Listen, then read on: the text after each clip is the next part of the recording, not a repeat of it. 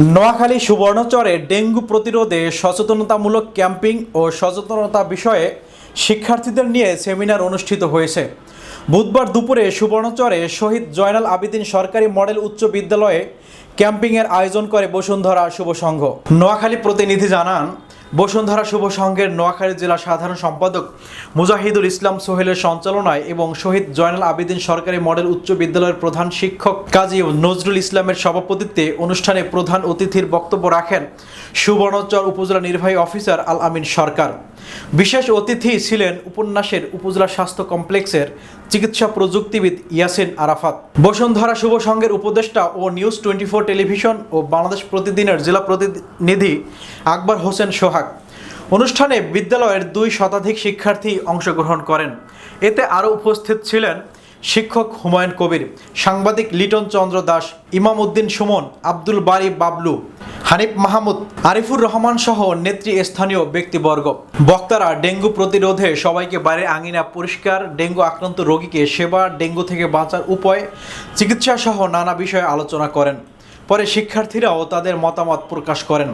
প্রধান অতিথি আল আমিন সরকার বলেন, সবাই নিজ নিজ আঙিনা পরিষ্কার রাখতে হবে, আতঙ্কিত না হয়ে ডাক্তারের কাছে যেতে হবে এবং নিয়মিত ওষুধ সেবনে এ রোগ থেকে মুক্তি পাওয়া যায়।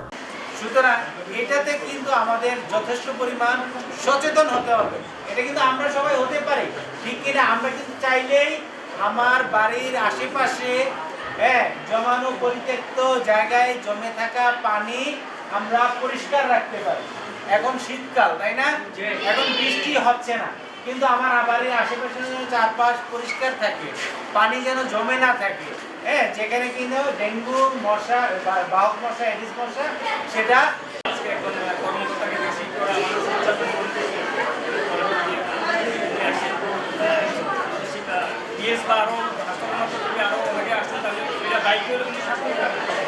এটা কিন্তু স্বাস্থ্য বিভাগের,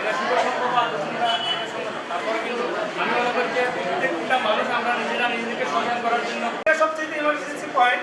কারণ সুস্থ হওয়ার পর পেটে ব্যথা, ডায়রিয়া, তারপর হচ্ছে জ্বর, রিকারেন্ট জ্বর, এটাই রেগুলার ডায়রিয়া, দুর্বলতা, এগুলো আপনার বডিতে দেখা দিতে পারে।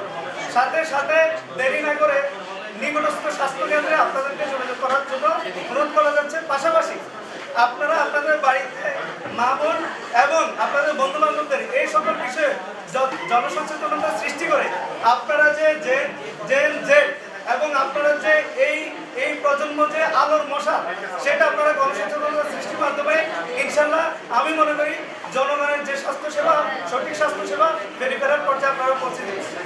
বিভিন্ন ধরনের হাড় ভাঙা, জ্বর, মাথা ব্যথা, কোমর ব্যথা ইত্যাদি ছিল, কিন্তু 2023 থেকে 24 মৌসুমে যে ডেঙ্গু রোগটি হচ্ছে সেটিতে কোনো প্রাদুর্ভাব বা লক্ষণ দেখা দিচ্ছে না। কেননা এর মাধ্যমে বোঝানো যাচ্ছে না যে রোগীদেরকে ডাক্তাররা বোঝাতে পারছে না যে তাদের ডেঙ্গু হচ্ছে। আবার তারা মানে যে ডেঙ্গু মানে 1A অ্যান্টিজেন যে ভাইরাসগুলো রয়েছে সেটি পজিটিভ হয়, কিন্তু এখনকার সময় যেটি চলছে সেটি পজিটিভ হচ্ছে না, গায়ে একটা র্যাশ পড়ে যায়। সবসময় পরিষ্কার পরিচ্ছন্ন রাখতে হবে যেন মশা লক্ষণটা করতে না পারে।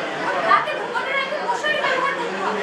সম্ভব হলে দরজা বা জানালার মধ্যে নেট লাগাতে হবে।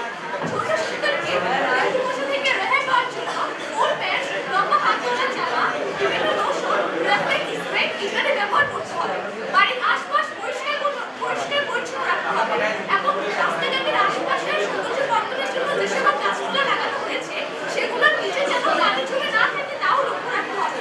ফুলদানি, ডাবের খোসা, গাছের নিচে এয়ার কন্ডিশন, ফ্রিজের নিচে যেন পানি জমে না থাকে তাও লক্ষ্য রাখতে হবে। সরকারি বেসরকারি